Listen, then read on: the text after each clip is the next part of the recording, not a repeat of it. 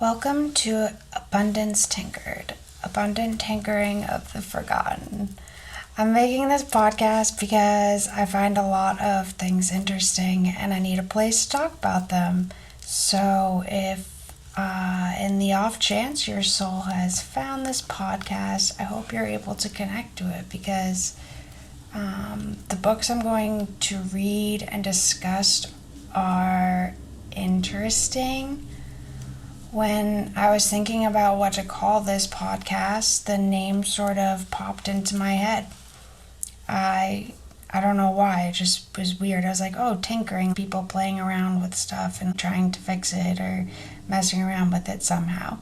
So I typed it in on Google, and Google said that to tinker is it's an attempt to repair or improve something in a casual or desultory way. I don't know if I pronounced that right.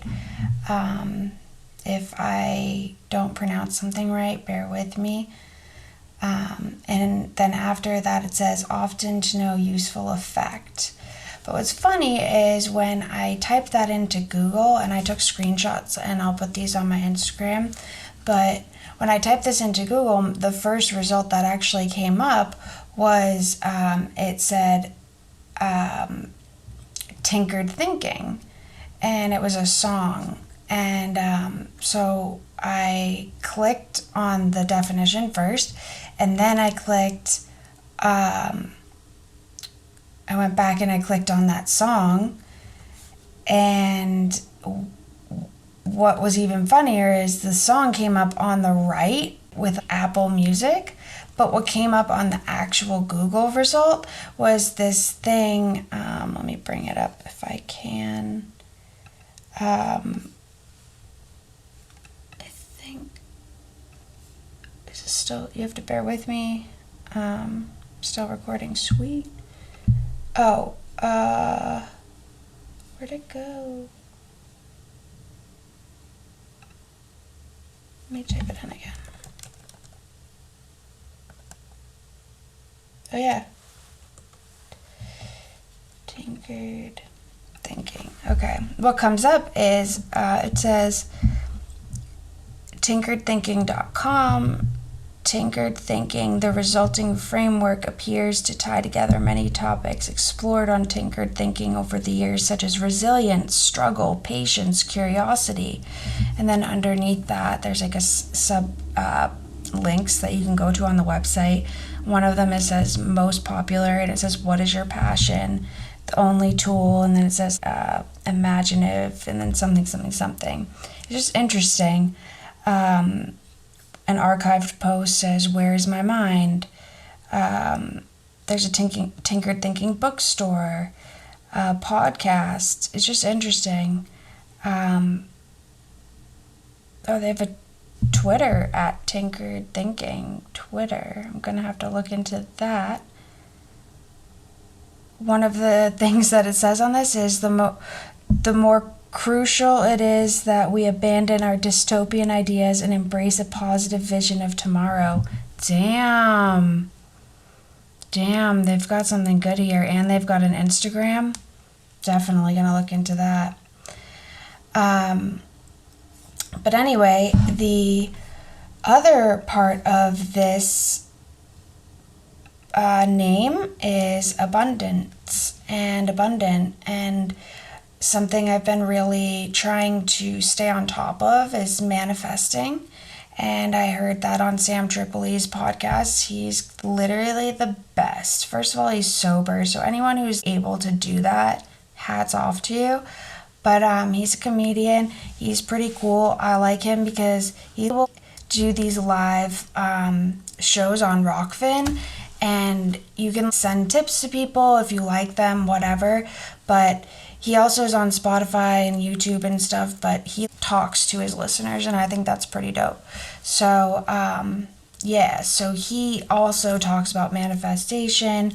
One of my good friends actually introduced me to the book of Law of Attraction, and I just want to be able to have something to stay positive about, and this is just a podcast that hopefully I will be able to do that with, because this information is really cool. I plan to read these 3 books. I actually just found the author of The Wizard book, the one, like the biography of a genius by Mark J. I think Cypher, and he's on Twitter, and so I'm trying to like get in touch with him because he's what inspired me to do this podcast. But anyway, the ideas of Tesla have just been coming up in my Google searches, or just people I know have been bringing them up and bringing his ideas up. And so I just think there's something to that. And I think there's a lot more good things coming for all of us. And I think that there's a lot of negative stuff, and everyone's so scared to be labeled a conspiracy theorist. But it's not really conspiracy. I feel like it's just like become quote unquote conspiracy if you just like ask questions. For example, today I recently made an Instagram, yesterday I think actually, and today I don't know, I looked up this picture of Nikola Tesla with his like arc electricity and the arcs. My dad told me to look into those. And so when I typed that in, I got this picture of a Nikola Tesla sitting off in the background of this lab. And immediately what I thought of was, wow, that reminds me of the Science Museum in Boston. That's weird. So honestly, I'm saying that now to this podcast, but I've been wondering this for a while. When I was in Girl Scouts, we got to spend the night in the electricity room as a sleepover. And it was one of the best nights of my life. But we were playing virtual volleyball, and I was in, it had to be 6th grade. And I definitely did Girl Scouts till high school, it's fine. So, but yeah, no, it was like 5th or 6th grade, and we were playing virtual volleyball in the Science Museum in Boston, in the electricity room with the Tesla coils, or what are now called something else, the Van Gogh coils or something. I don't know. I just think it's funny, and I actually made a post today, and the post I wrote was the picture of that, and then a picture of the Van de Graaff electricity machine at the Museum of Science. That's a permanent exhibit there. So what I wrote was, time is a funny way of remembering the invention but forgetting the inventor. The Science Museum in Boston is home to an invention that is strikingly similar to the Tesla coil. This is a stone's throw away from Gloucester, Mass. Gloucester, Mass is home to Hammond Castle Museum, where Tesla spent much time with John Hayes Hammond Jr. In fact, it was Hammond Jr. who insisted Tesla live with him at his castle lab. It's pretty wild.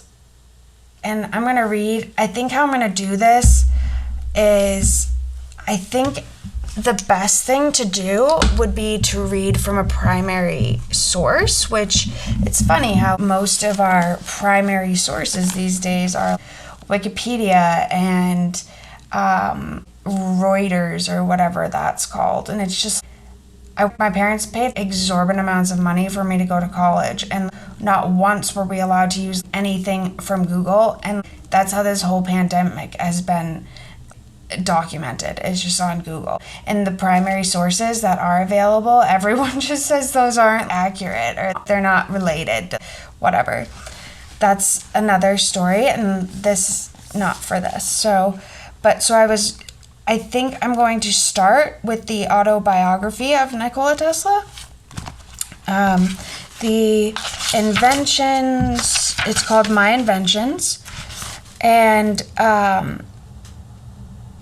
it first appeared in the Electrical Experimenter magazine in 1919, and then the first Hart Brothers edition, October 1982.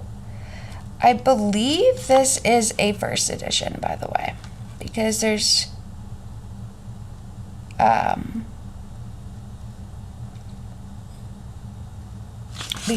no other date, except underneath it says paperback cover portrait, 1981. So I don't know. If anyone wants to help me with that, I guess I could look up the ISBN. And then but first, actually, before that, I was going to read the foreword and the preface of Wizard, The Life and Times of Nikola Tesla, a biography of a genius, because I think it's really important. And I really, really do want people to have that little bit of perspective that's offered there. That's the one by Mark J. Cypher that I'm really excited about. And this edition that I'm reading from is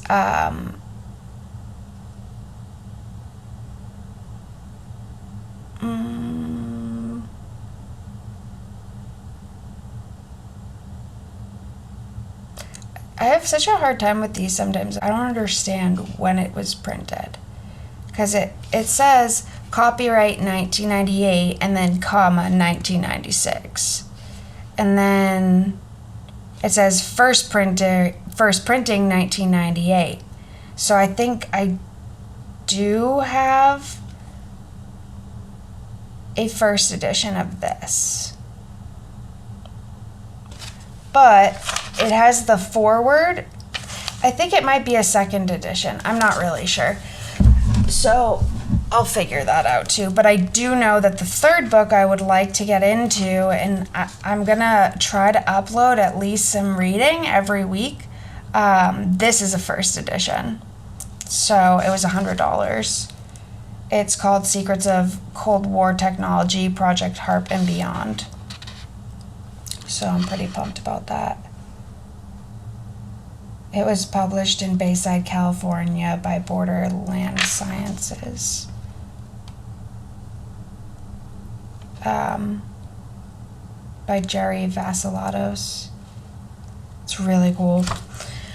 So, so I guess that is just a little bit of what I really just wanted to do here. It's not really for anybody, but it is really cool information, and it is an outlet for me right now. So, if you guys have, like I said, if anybody even hears this, but if you are hearing this, and if you have requests, I'm down to go down any rabbit holes. I may have some episodes that might be 2-minute, random thoughts that I just came up with that I want to share them with somebody. So I might upload those too. Not sure. It's really gonna just depend on my mood, I guess. But I'm gonna really, really want to get into the actual text because I think these are really important, and I think it's time that I think I can find this in the book. I think the foreword says,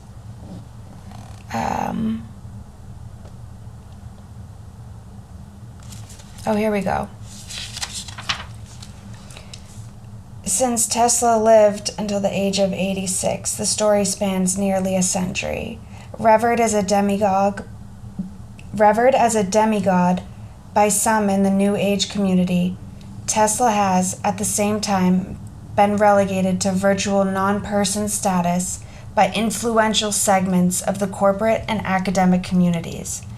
Often billed as a wizard from another world who drew thunderbolts from the skies, Tesla himself helped support the supernatural persona by comparing himself to the Almighty and by frequently grabbing headlines with his sensational talk of interplanetary communication. Because his accomplishments are prodigious, sorry if I misspoke with that word, fundamental and documented. The elimination of his name from many history books is not forgivable.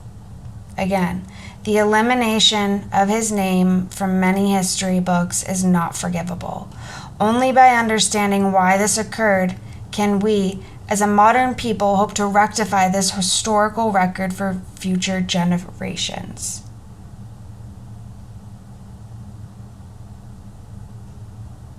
That's pretty wild. And just as a preview of what's to come, there's a quote. I'll just read the last 2 paragraphs from this. Curiously, the further away we have moved from Tesla's death, the more material on his life has come to the fore.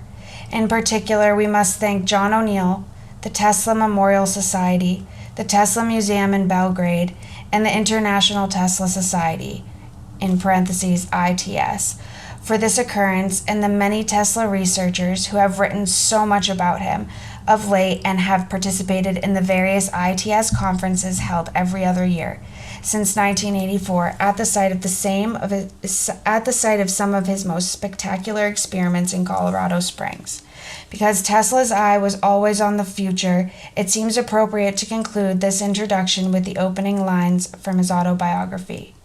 They are as true as today as we enter the 21st century as they were 3 generations ago when they were written. The progressive development of man is vitally dependent on invention. It is the most important product of his creative brain. Its ultimate purpose is the complete mastery of mind over the material world, the harnessing of the forces of nature to human needs. This is the difficult task of the inventor, who is often misunderstood and unrewarded. But he finds ample compensation in the pleasing exercises of his powers, and in the knowledge of being one of that exceptionally privileged class without whom the race would have long ago perished in the bitter struggle against pitiless elements. Speaking for myself, I have already had more than my full measure of this exquisite enjoyment, so much that for many years of my life was little short of continuous rapture. Peace out, homies.